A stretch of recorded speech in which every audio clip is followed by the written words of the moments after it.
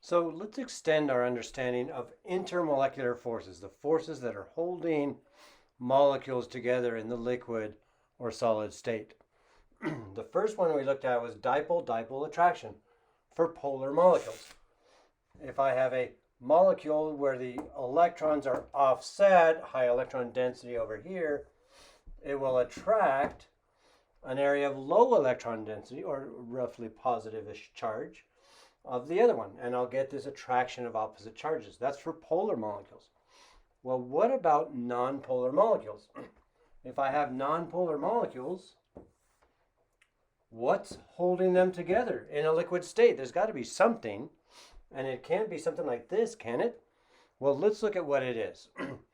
These are called van der Waals, or in chemistry we really refer to London dispersion forces, and sometimes we drop the London and just say dispersion forces. So let's look at this. So this dispersion forces goes for all molecules.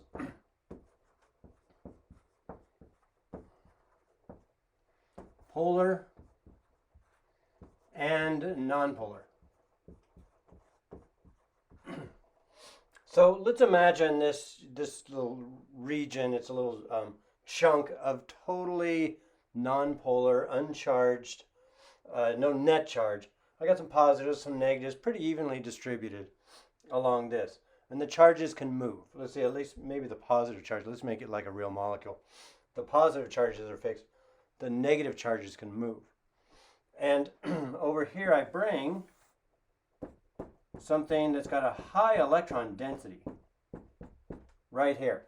I've got this over here, and I start to bring this in close to where it's in contact with this. All this negative charge right here, what's that going to do to these negative charges? They're going to get away, right? They're going to be repelled. When I bring all this negative charge really close, they're going to be repelled, and they're going to move away. Or they're going to be dispersed by this high negative charge and move this way. What happens, because my positive charge is fixed, right? It's still evenly distributed. My negative charge starts to collect on this side, making this side of this wall, or whatever it is, kind of negative, and the negative charge is left, so this side of the wall is kind of positive. So I have, in a sense, polarized this little chunk of this little region by bringing a negative charge from the outside and sending the electrons, dispersing the electrons from one side to the other. I have polarized this. Let's see how this applies to molecules, looking first at the smallest molecule, hydrogen. If I look at a hydrogen molecule, H2, what is it? Our Lewis structure would be this. I bring hydrogen with its one electron, and it will covalently bond or share with the second. Let's take and extend it to a Bohr model, though, because we really want to detail what these electrons are doing. They're not just dots. So here's my Bohr model of a hydrogen. I'll put the electron over there. And then another hydrogen comes in. And they're going to share a pair of electrons, which gives it the full valence shell, because it's first period. 2 is a full valence shell. So they're sharing them. And we show these electrons about equally in between the two. But let's remember that electrons, when they're within atoms or molecules, this model showing them as particles, it works for most things, but not for everything.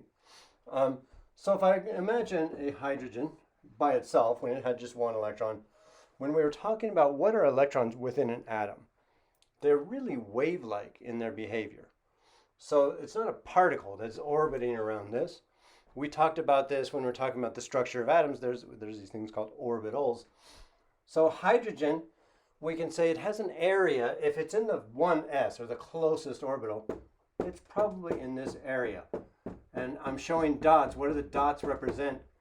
If I'm tracking the location of the electron, and at 1 minute or 1 second I find it here, the next second it's here, then it's here, then it's here, here. I start to get an area of probability where I'm likely to find that electron. It's almost like if you were plotted and your movement throughout, and every minute you put a dot for where you were, and then you kept going, every minute another dot. Wherever you hung out most of the time, there'd be a big density of dots. So this is where the electron in the first energy shell. It might be out here sometimes, or here, or here, or here, or here, or here. But it's probably within that area, and then we call that an orbital. Let's apply it to this, right? These two electrons hanging out in between these two. So here's the two protons, and the electrons, well, they're most of the time they're going to be right in the middle, right? Or pretty close. They're going to be kind of here. This is where they're going to hang out most of the time. So I'll see a big density of probability of finding them here.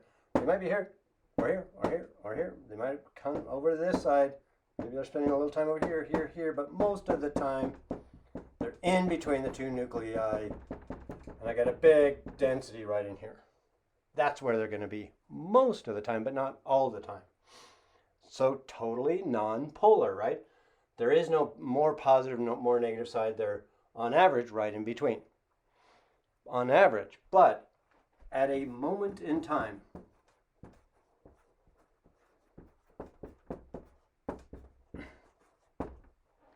at a given moment in time, because of the randomness of this motion, here's my two nuclei. I'm going to show kind of the region where you're likely to find them, probably in here.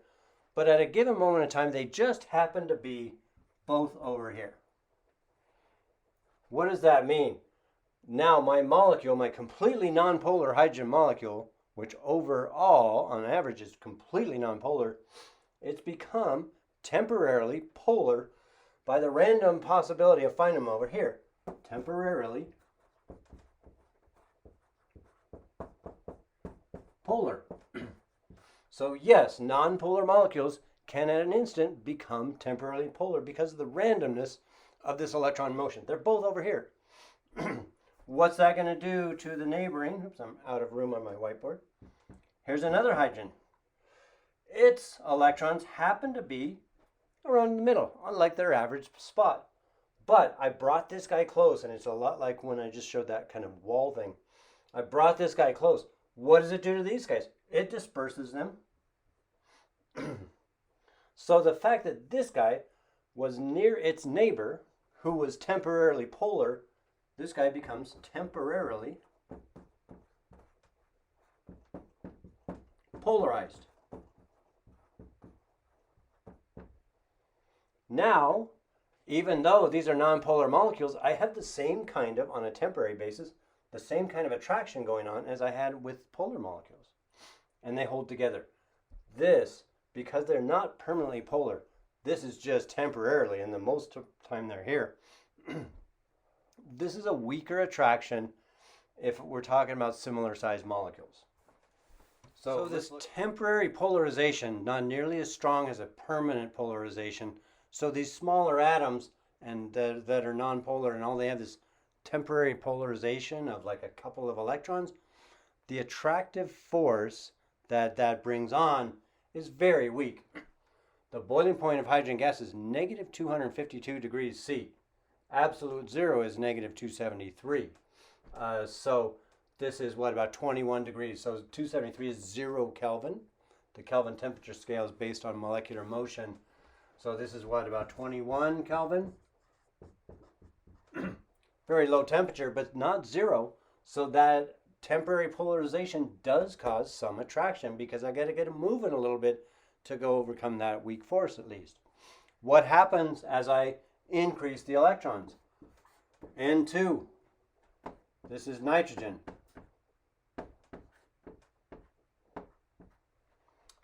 Here is nitrogen with its triple bond holding them together. Nitrogen has atomic number of 7. 2 nitrogen, that's 14 electrons.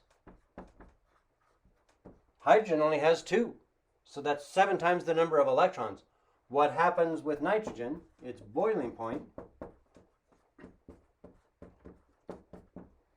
is negative 196 degrees C. It's increased by about 50 degrees, so it's gone up, which means the traction between nitrogen molecules is stronger than hydrogen, even though they're both completely nonpolar.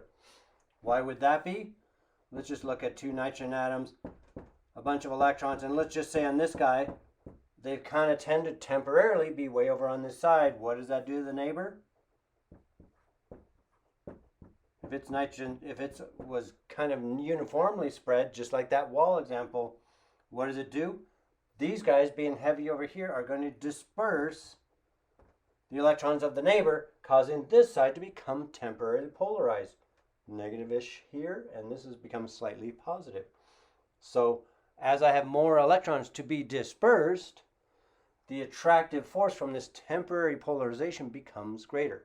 So the dispersion forces depend on the number of electrons. It's not about mass, it's about the number of electrons.